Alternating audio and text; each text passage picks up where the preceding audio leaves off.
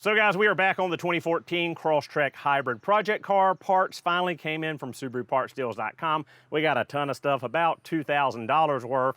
And what we're gonna be focused on today is the valve body replacement, so we can finally get all of those CVT issues worked out and hopefully get all of the codes and all of the lights off of the dash. I'm pretty sure that this will alleviate all of those issues.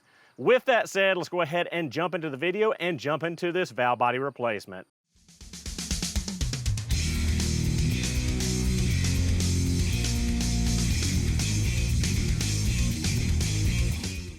All right, guys, so before we get into replacing this $800+ part, we're gonna go through the diagnostic, or at least show you the diagnostic to confirm that that is the issue. We are testing, not guessing, especially when the part is this expensive. Now, someone on the last video commented saying, how do you know that it's the valve body, yada, yada, yada. No disrespect to that person whatsoever, but 99.9% of the time when I see that combination of codes on a Subaru with a CVT, it is a solenoid that has failed in the valve body, which means a valve body replacement.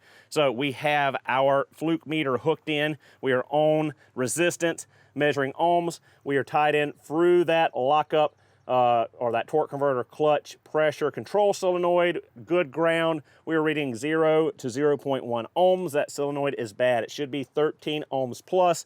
We have now confirmed that solenoid is bad. We need to replace the valve body. So no issues there. We're going to go ahead and get into it. As you see, I've already gotten started here because I had to remove a lot of stuff to get to this connector. So the air box has to come off, which is a little bit different on the Crosstrek. You've got a bolt here, 2 push pins here. The snorkel comes up. You got 2 10s here. This peg here, you pull the silencer box off. You've got a worm gear clamp at the throttle body. The throttle body is hidden really weirdly on the hybrid. And you've got a PCV hose here and your MAF connector up here. It's not that difficult. A 12 on either side for the air box and it all comes up. And other than that, we took out the pitch stopper here, which is 2 14mm bolts. We've covered all of this basically in a previous TR580 valve body replacement video. We've removed the plugs here, got the wiring harness out of the way. We pulled the little heat blanket off of the top of there. It's just 2 10mm bolts or 2 10mm headed bolts. And we're at the point now where all we gotta do is crack that cover, take the tins off, pull the cover up, unbolt the valve body, and we can get right into it. So of course we have disconnected our negative on our 12-volt battery, and we pulled the safety plug in the back to disarm the high voltage side of the hybrid system just as an extra precaution. So with that all out of the way, let's get cracking on this valve body replacement. All right, now what I gotta do is remove these 10mm headed bolts around the perimeter of the top cover.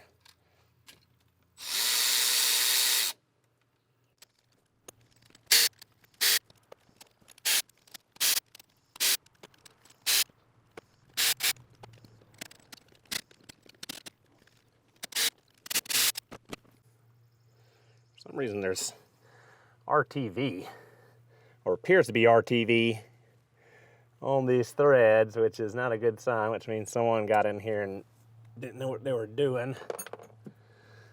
So this might be a second valve body replacement for this car.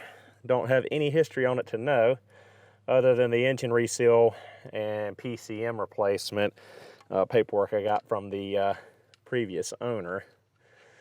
Very weird. That gasket goes on dry, and as far as I know, there's no sealing on these bolts, so it's weird that some of the threads have RTV and some are clean.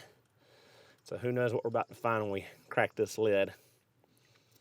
Which, these lids can be seized on there pretty good, especially in northern climates. There's a couple little pins here that align it, and they get seized on there. So a lot of times I'll put a pry bar under this bolt head and use it as a lever to get it up. And one thing about this, before you get in here, I took a blow nozzle and brake parts cleaner and I thoroughly cleaned all around here. You don't want any kind of dust and debris around. So when you go to pop this lid up, you don't get dirt and junk all down inside of the transmission.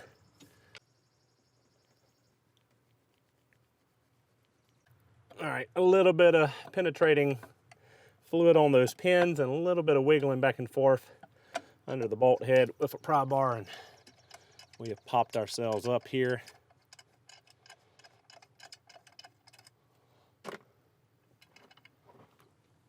off of one pin. The other is still being a little bit of a pain.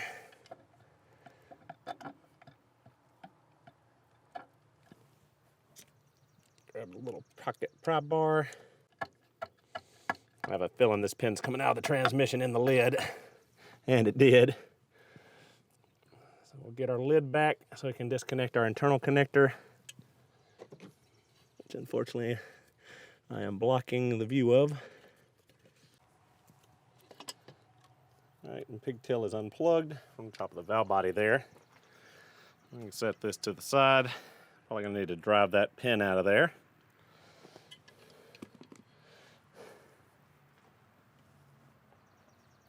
Actually, it just came back to my mind why there would be RTV. There's two little spots you got to put RTV on the top of this seal, but shouldn't be enough to get into the threads of the bolts.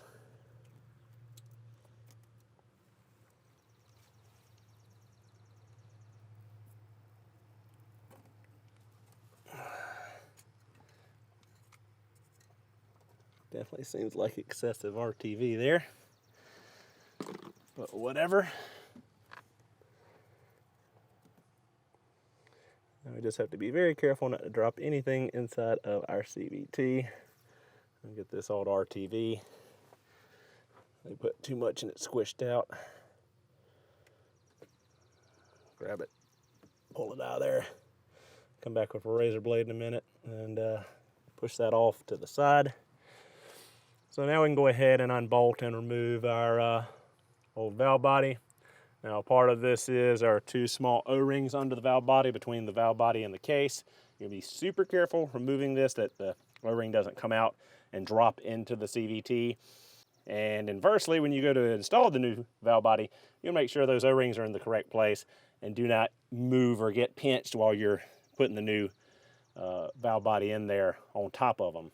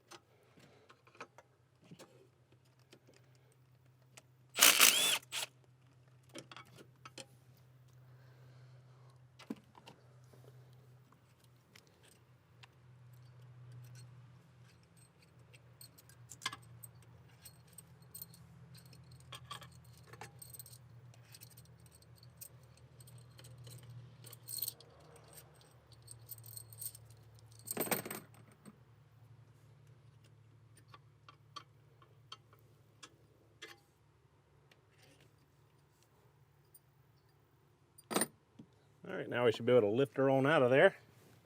Wherein comes the tricky bit.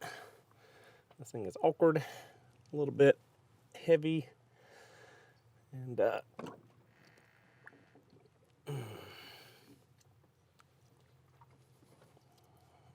also drippy. Some very odd looking CVT fluid. It does not look like CVT fluid 2. Might want to double check for the hybrid before I go replacing the fluid. Let's see if we can get this thing out of here without dumping fluid everywhere and making a big mess.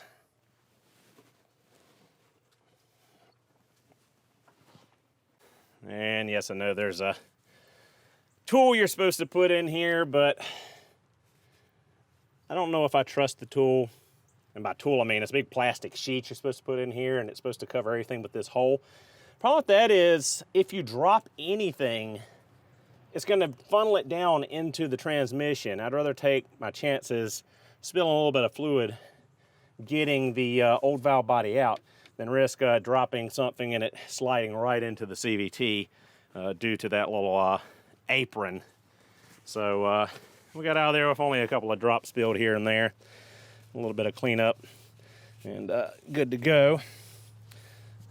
Looks like both our O-rings stayed in place, which is good, which means they didn't drop into the transmission. Again, CVT fluid looks weird. I'm Most of you that have been watching for a while know I'm red green colorblind, so correct me in the comments if I'm wrong, but that looks like it's orangish, kind of like the CVT HT, the high torque, rather than the bluish green of the CVT Fluid 2. But again, it could be, I don't know. So we'll go ahead and carefully try to grab these O-rings out of here. Be a little bit more smart with it than that, so we don't drop it into the transmission on accident.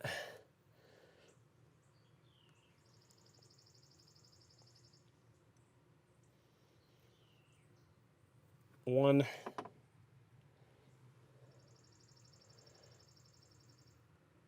two. All right, guys, so we got everything cleaned up.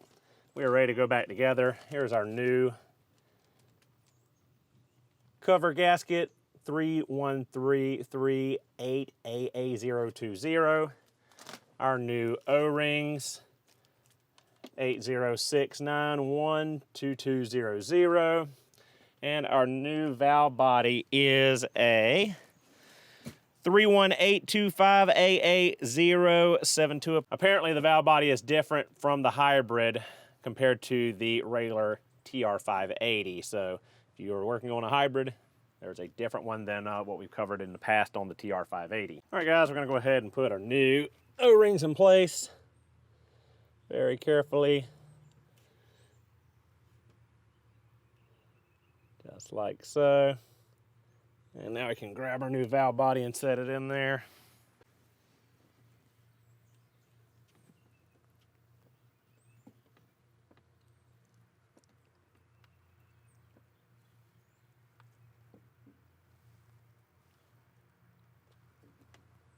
You know, I got to give it up to SubaruPartsDeals.com. They got this stuff to me really quickly, really fast, and got me exactly what I needed, as they always do. Check out SubaruPartsDeals.com, your online retailer for genuine Subaru parts.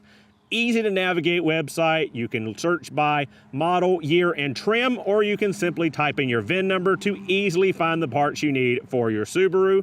Or you can shoot them a call or an email, and their staff will be glad to help you figure out what parts you need for your DIY Subaru repair projects. As a big thanks to you viewers, SubaruPartsDeals.com has offered up a promo code Mr. Subaru in all caps, good for 15% off shipping of your order. SubaruPartsDeals.com, a Subaru genuine certified seller of parts for your Subaru vehicle. Anytime you get ready to do any repair on your Subaru, check them out, price them out. They got some of the best prices out there on Subaru genuine parts. Just like so. Our silver bolts in.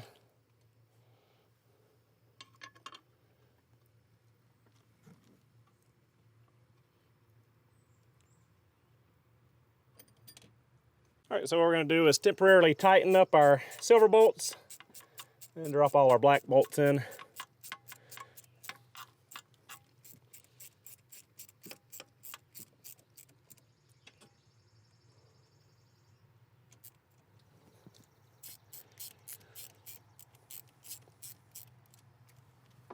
Snug that up.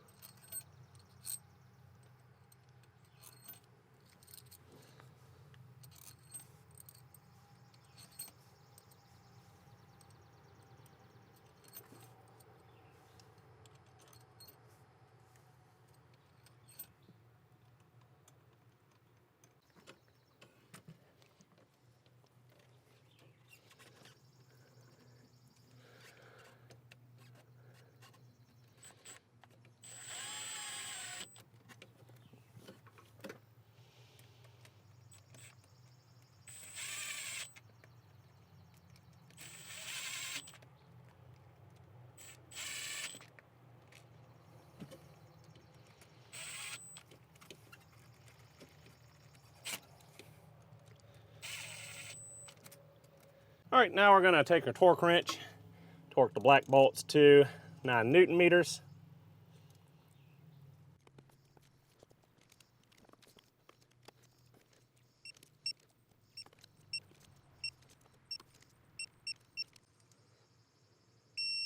Now we'll torque our silver bolts on the outside to 9 Newton meters as well.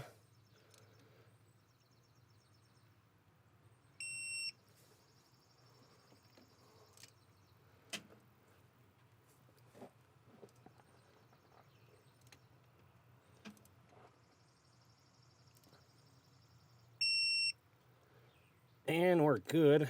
Get our new gasket and our lid and ready to seal her back up. All right, we'll go ahead and put our new gasket in place. Getting it on those alignment dowels.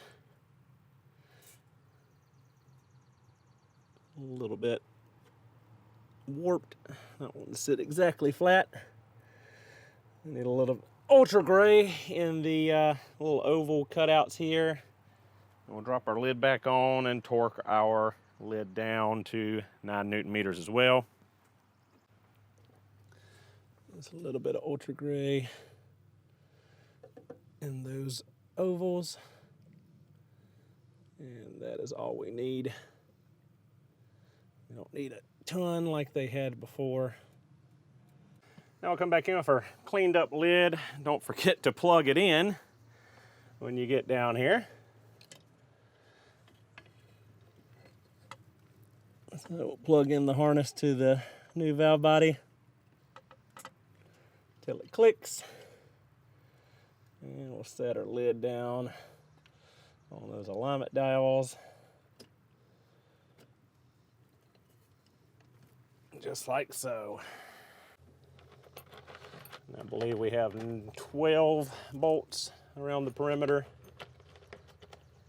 And again, torque is 9 Newton meters.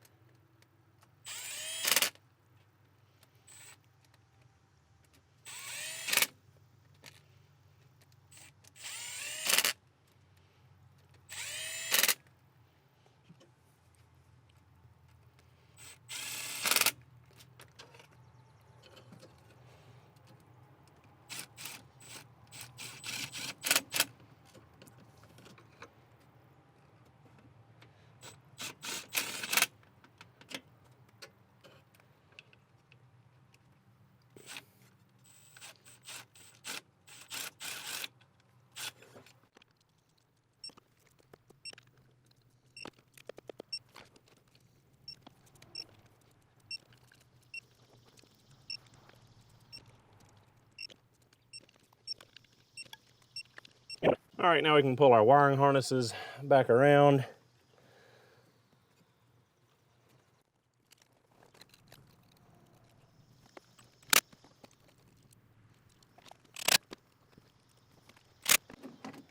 Just like so. We'll go ahead and plug these up. Well, actually, I think we gotta get our blanket in there first.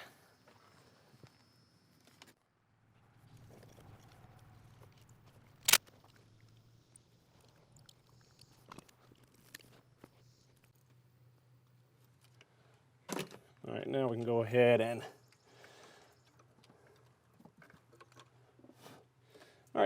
and plug our pigtails back in.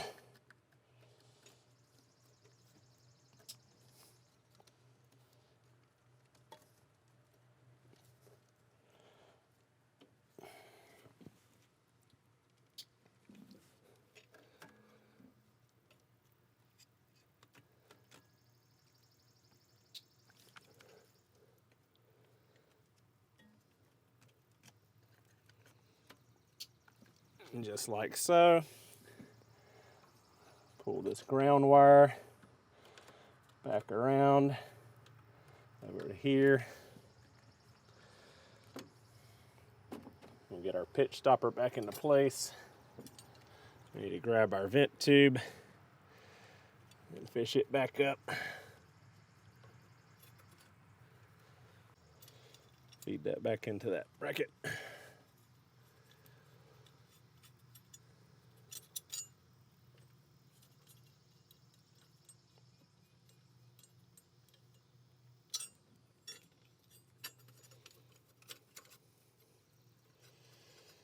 Better little ground.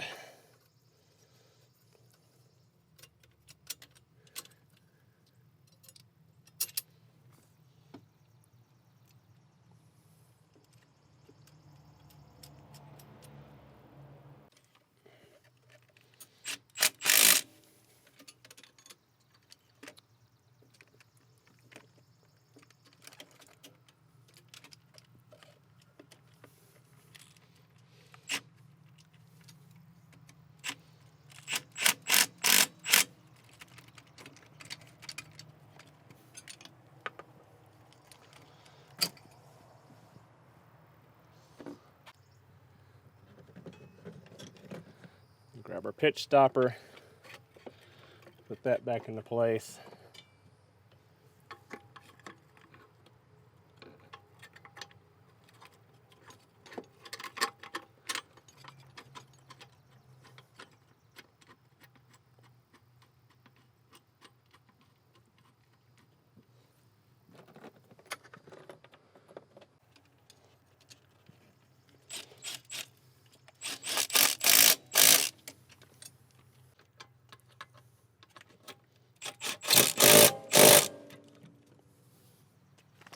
All right, so we can get our air box back in here now.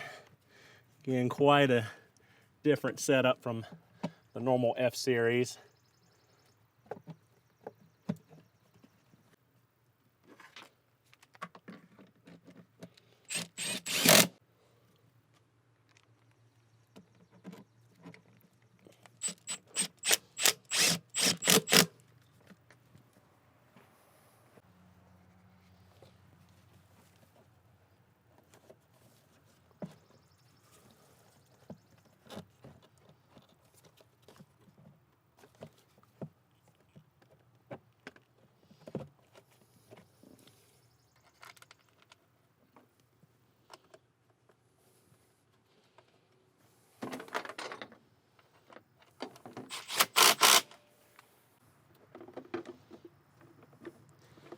And reattach the snorkel.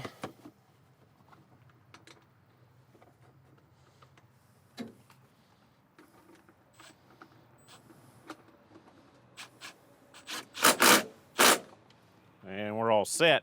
All right, guys, we've got the car back together. Off camera, I did 3 drain and refills on the CVT fluid. We got nice, fresh CVT fluid 2 in here.